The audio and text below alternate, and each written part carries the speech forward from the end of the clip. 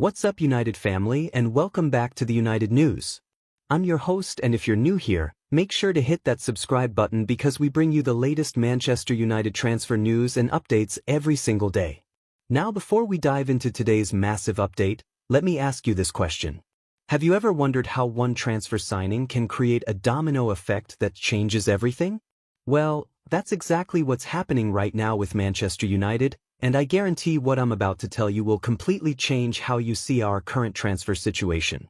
In the next few minutes, I'm going to break down 3 major stories that are all connected in ways you probably haven't realized. First, we're going to talk about why Brentford's shock £21 million signing of Anthony Malambo could be the key that finally unlocks the Bryan Mbeumo deal. And yes, Fabrizio Romano has already given this one his famous, "Here we go" treatment.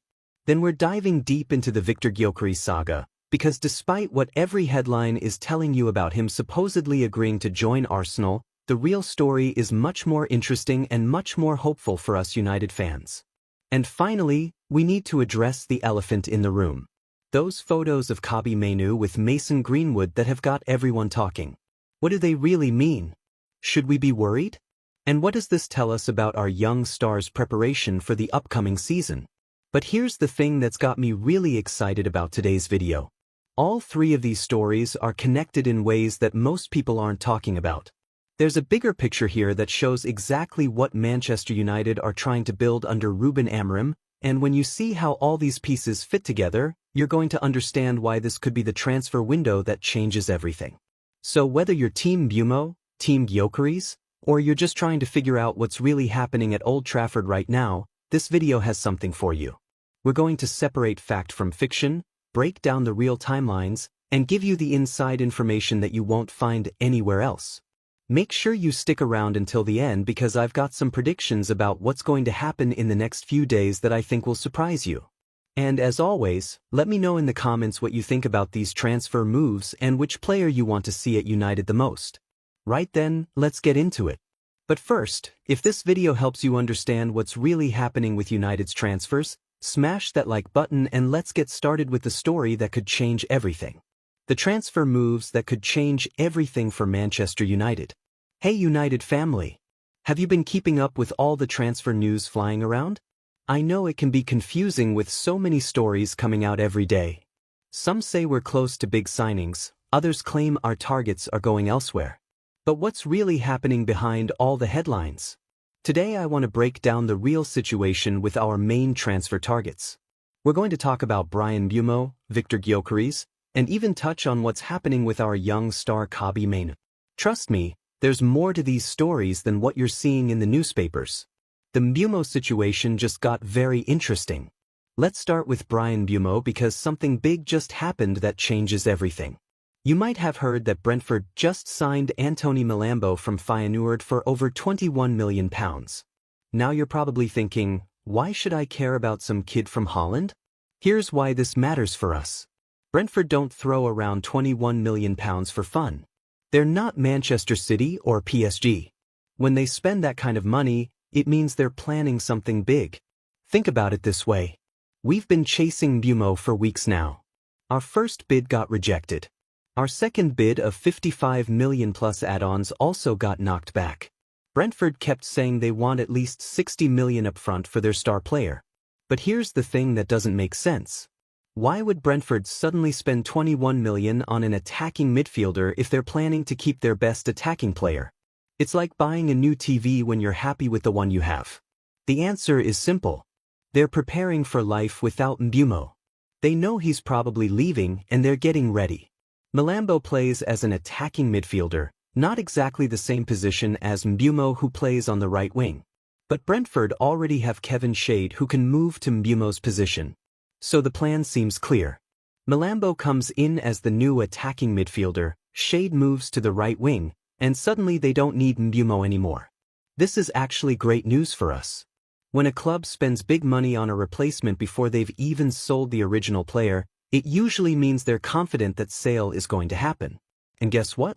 We're the only club seriously chasing Mbeumo right now. But here's the catch.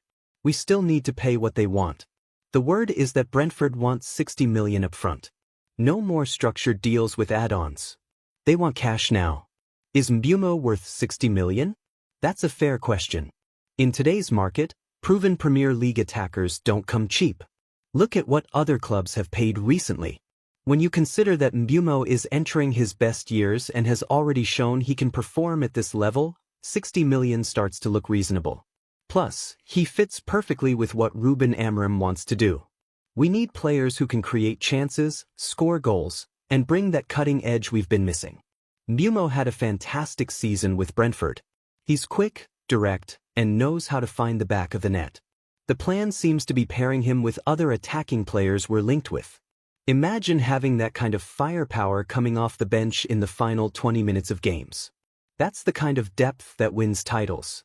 The Victor Gyökeres saga isn't over yet. Now let's talk about Victor Gyökeres. You've probably seen headlines claiming he's already agreed to join Arsenal. But let me tell you something that might surprise you.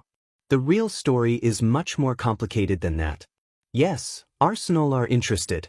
Yes, they've been pushing hard. But the situation is far from settled. All those reports claiming Gyökeres has chosen Arsenal? They're not telling the full story. Here's what's really happening. Victor Gyökeres is frustrated with Sporting Lisbon right now. He thought he had an agreement with them that would let him leave for a reasonable fee this summer. Instead, Sporting are now trying to get as much money as possible. This has left Gyökeres pretty annoyed. Think about it from his perspective. He's scored 97 goals in 102 games for Sporting. That's an incredible record. He's done his job, delivered the goods, and now he wants his reward. A move to the Premier League. This is where it gets interesting for us United fans. Ruben Amorim knows Gyökeres better than any other manager in world football. Amorim was the one who brought him from Coventry City to Sporting. He was the coach who turned Gyökeres from a championship player into one of Europe's most feared strikers. That relationship matters more than people realize. When a player has worked with a manager and achieved success together, there's a bond there. Amorim knows exactly how to get the best out of Gyökeres. Recent reports suggest that while Arsenal are pushing hard, Gyökeres hasn't made his final decision yet. In fact, some sources say he's told Manchester United that he's considering Arsenal, but that doesn't mean he's signed anything. This could be classic transfer politics. Players and agents often use interest from one club to pressure another club into making a better offer. It's possible that Gyökeres is using Arsenal's interest to get United to move faster or offer better terms. The money situation is complicated too. Sporting want around €100 million for their star striker. But there were reports of a gentleman's agreement that would have let him leave for much less, somewhere between 60 and €85 million. Now Sporting seem to be backing away from that deal. This frustration could work in our favor. When a player gets frustrated with their current club, it often opens the door for other teams to swoop in. And if Amorim can have more conversations with his former player, he might be able to convince him that Old Trafford is the right place for the next chapter of his career. Arsenal have their appeal, don't get me wrong. They're a big club with a great manager. They play attractive football and can offer Champions League action. But they also have their own problems. They've struggled to get over the line in big moments. For a player like Gyökeres, who's 27 years old, the decision isn't just about money or prestige. It's about finding the right fit where he can win trophies and take his career to the next level. Transfer expert Fabrizio Romano has been following this story closely. His latest reports suggest that while Arsenal are working hard to get Gyökeres, the player hasn't made his final decision. Romano also mentioned that Gyökeres has been in communication with United about Arsenal's interest. This tells us that the lines of communication are still open. If the deal was already done with Arsenal, why would he be talking to United about it? What about our young stars? Speaking of communication, there's been some talk about Kobbie Mainoo recently. You might have seen those photos of him with Mason Greenwood and James Garner at a training facility. Some fans are worried about what this means. Let me give you some context here. James Garner and Mason Greenwood came through the youth system together. They were close friends during their time at United. Even after both left the club, they've stayed in touch. Kobbie Mainoo was in the younger age groups when Greenwood and Garner were making their way up. He only broke through into our first team after both of them had already left United. I think we're reading too much into this photo. These are young men who came through the same academy system. Some of them became friends during that time. Just because they're photographed together doesn't mean there's some hidden meaning. Think about it from Mainu's perspective. He's 19 years old. He's probably just meeting up with other players during his time off. It's natural for academy graduates to stay in touch, even after their paths have taken them to different clubs. What's more important is that Mainu is back in Manchester and ready for pre-season. Unlike last year when he missed most of our pre-season tour because of Euro 2024, this time he'll be with the team from day one. This is huge for his development. Pre-season is when players really get to understand tactical systems, build fitness, and develop chemistry with teammates. Having Mainu there from the start gives him the best chance to hit the ground running. And we need Mainu to be at his best. He showed real quality last season, and many fans believe he could be a key player for us going forward. His energy, his pressing, his ability to drive forward with the ball. These are all qualities we need in our midfield. During his holiday, Mainu also spent time with Lenny Yoro, one of our big signings. That's actually really encouraging to see. When new players settle in quickly and form relationships with their teammates, it usually leads to better performances on the pitch. The bigger picture. Whether we get Mbeumo or Gyökeres or both, these transfer battles tell us something important about United's approach in the market. We're going after top-quality players who fit our manager's system. That's exactly what we should be doing. The fact that we're in the conversation for players like these shows that our project under Amorim is being taken seriously. Top players want to work with top managers, and Amorim's reputation is clearly opening doors for us. This isn't just about signing big names. It's about building a team that can compete at the highest level.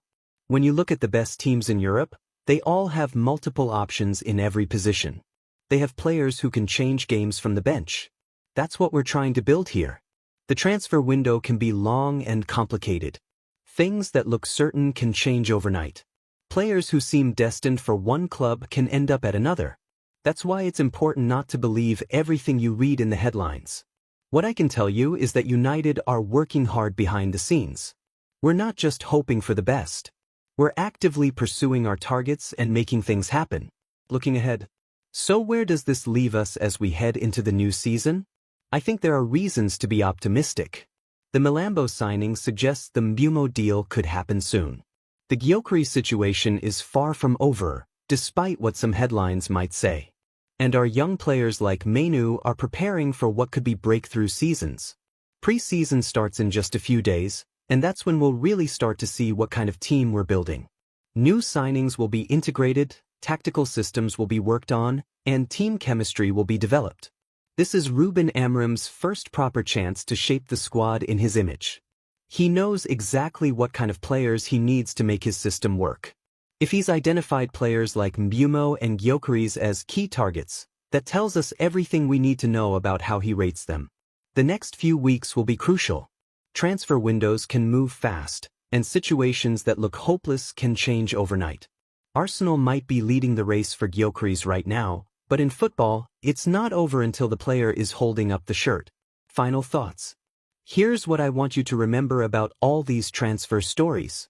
Don't believe everything you read in the headlines. Transfer stories get exaggerated all the time. Journalists sometimes present possibilities as facts. The truth is that United are working hard to improve the squad. We're in conversations with top players, and we're making progress. Whether it's this summer or next, the right players will come. And when they do, we'll be ready to challenge for the biggest trophies again. As United fans, we should be encouraged that we're even in these conversations. It shows that our club is still attractive to top players, and that Amorim's presence is making a real difference in the transfer market. Whatever happens with these transfers, one thing is clear. United are building something special under Amorim. The pieces are coming together, the system is taking shape, and the future looks bright. So keep believing, keep supporting, and remember that in football, anything can happen. These transfer stories aren't over yet, and neither is our journey back to the top. Stay tuned to the United News for all the latest updates, because when it comes to Manchester United, the story never ends, and the best might just be yet to come.